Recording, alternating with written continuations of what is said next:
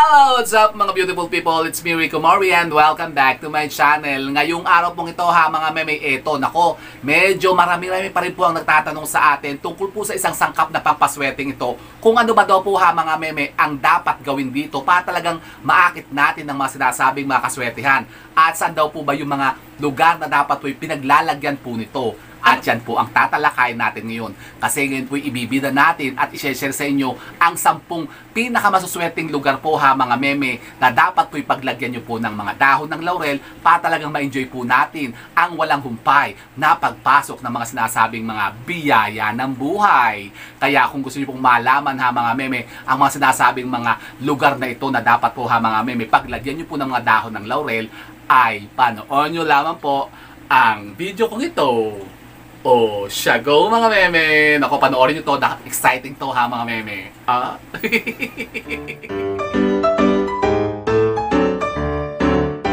Oh, so yun na nga po ha mga meme. Usapang dahon ng laurel naman po tayo ngayon ha mga meme. Kasi naku, marami pa rin talaga po ang nagtatanong sa atin kung totoo ba daw po talagang maswerte po ang ating dahon ng laurel. Nako, wag na kayo magduda ha mga kumari kuntigang, mga meme, mga beautiful people.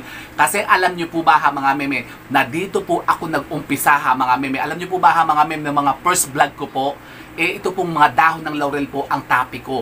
At talaga naman po ito po ha mga meme, nung in-imbibe ko ang kaswertehan na taglay po ng dahon ng laurel, ay talaga naman pong dumaga talaga sa akin ng mga sinasabi mga kaswertehan yan ha mga meme. Diba sabi ko nga sa inyo nung araw, ako po talagang lubog na lubog naman po talaga sa pagkakautang ha mga meme. Pero alam niyo po ba ha mga meme, mula po nung ito po napanood ko po dito po sa isang sikat po na content creator po dito ha mga meme sa YouTube. At talagang ginawa ko rin po ha mga meme, isinare niya na mga ritual na paggamit po ng dahon ng laurel. Talaga naman pong ako po'y talaga namang ayan na, pinutos na rin po ha mga meme na sinasabing mga kaswertehan na yan. Talagang ako'y pinugigi na rin ni Lolo Whitey. Talagang buwan-buwan ay talaga walang tigil.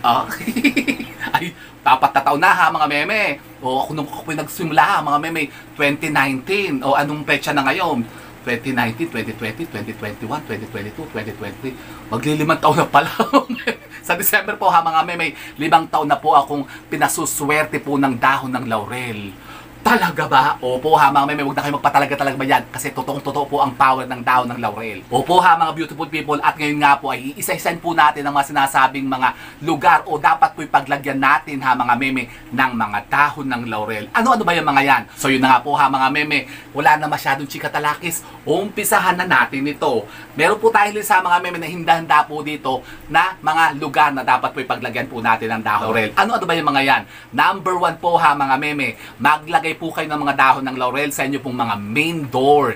Importante po yan ha mga meme. Po ang una pong lagyan po ninyo ng dahon ng laurel, ang mga main door po ninyo. Maglagay po kayo doon sa ilalim po ng mga doormat po ninyo.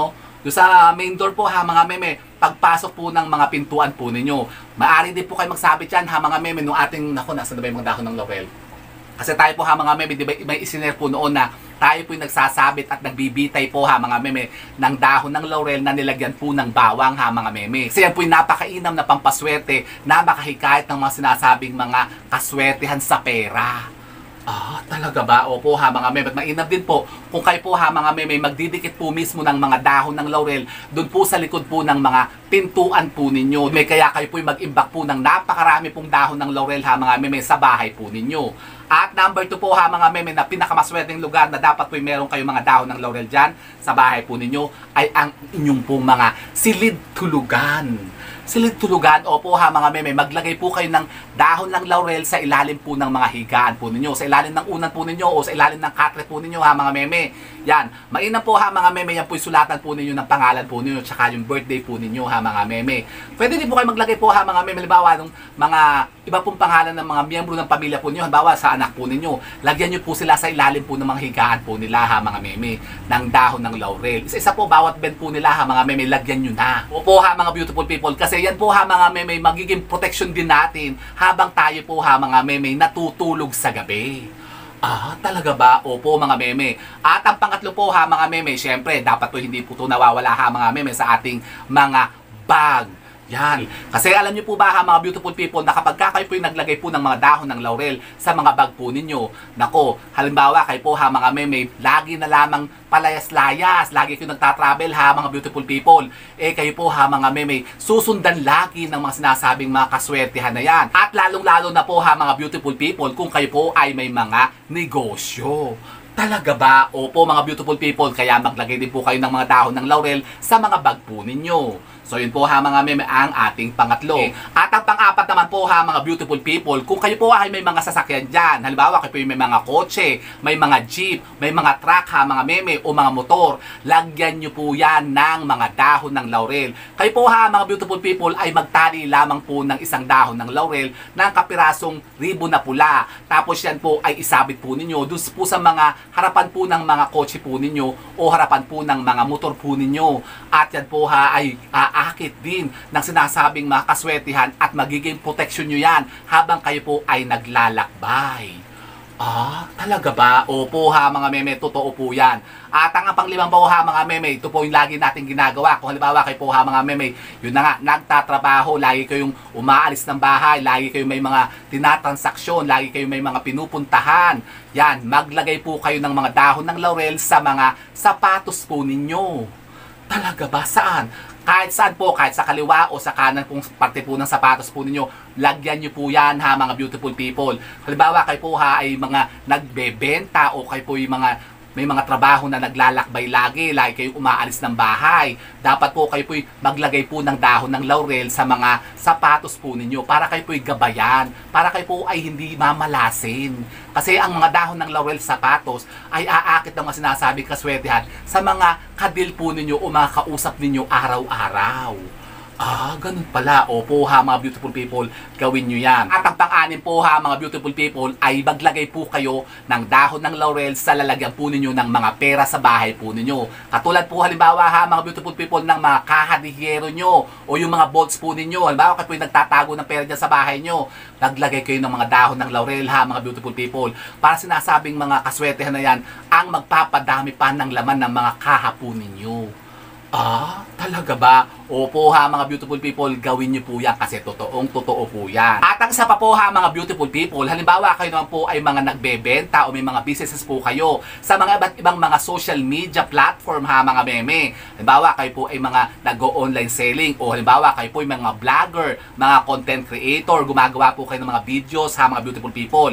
Kayo po ay mainam, nalagyan nyo po ang mga cellphone po ninyo sa likod po ha mga beautiful people ng isang pirasong dahon ng laurel. Sulatan nyo po yan ng mga pangalan at birthday po ninyo at yan po ilagay nyo po doon sa likod po ng pinaka-casing ng cellphone po ninyo. Para kayo po ha mga beautiful people ay maka-imbibe ng sinasabing mga positivity sa larangan naman po ng online selling at social media. Halimbawa kayo nga po ay mga vlogger. Talaga ba?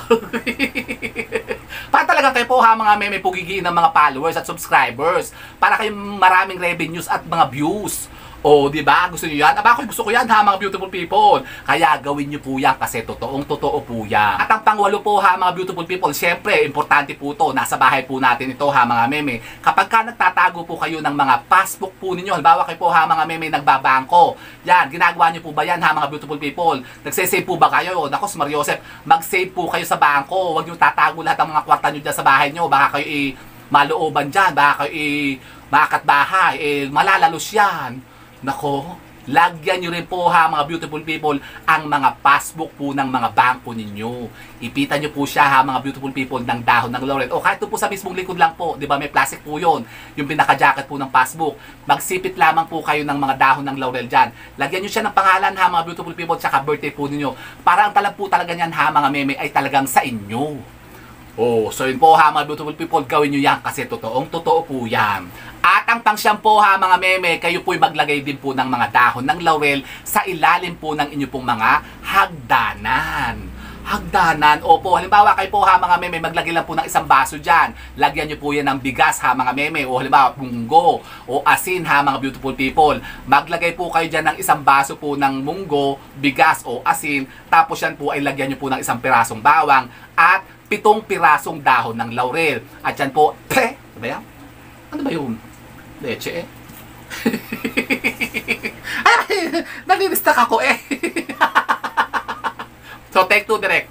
At ang pang-siyam po ha mga beautiful people ay maglagay din po kayo ng mga dahon ng laurel sa ilalim po ng inyo pong mga hagdanan. Hagdanan, opo ha mga beautiful people. Halimbawa kayo po ha mga meme, may mga hagdan. Naku, napakaganda niyan ha mga meme na maglagay kayo ng mga isang baso dyan ng bigas o isang baso po ng munggo o isang baso po ng asin ha mga beautiful people. Yan po ilagyan nyo po ng isang pirasong bawang tapos kahit po 3 piraso pong dahon ng laurel. Yan po, pagsasama-samahin nyo po yan ha mga meme, mga sangkap na yan. Pwede po kahit iba-iba po ha mga beautiful people. Halimbawa isang baso o isang mangkok o isang tasa ha mga beautiful people. Lagyan nyo po yan halimbawa ng isang dakot po na asin. Lagyan nyo ng isang bawang tapos 3 pirasong dahon ng laurel. Yung isa naman po, pwede kayong gumawa naman po isang baso. Lagyan nyo po yan ng isang dakot na bigas. Tapos lagyan nyo po rin po ng 7 pirasong dahon ng laurel. Yan, pwede rin po ang munggo ha mga beautiful people. Kayo na po ang bahalang magkombinasyon. Kasi alam nyo po ba lahat ng mga sangkap na yan, kapag pinagsama-sama natin ay talagang napakaswerte po niyan. At kapag kayan po ay inilagay po natin sa ating mga hagdanan. Saan? Doon po sa pinaka first step po ha mga meme ng ating mga hagdan. Parang sinasabing pag-akyat at pagpasok sa ating mga tahanan ng mga sinasabing kaswertehan na yan ay walang humpay na papasok talaga. Talagang kayo dadagasain at talagang kayo papasukin ng mga sinasabing mga positibong enerhiya na magpapayaman sa inyo. Talaga ba? Naku, ayun naman talaga. Opo ha mga beautiful people, totoo po yan. Kaya gawin nyo po yan. At ang panghuli po ha mga beautiful people ay yung dapat po hindi po natin kalilimutan. Opo ha mga beautiful people, kayo po'y maglagay po ng isang pirasong dahon ng laurel sa inyo pong mga pitaka o mga wallet mga meme.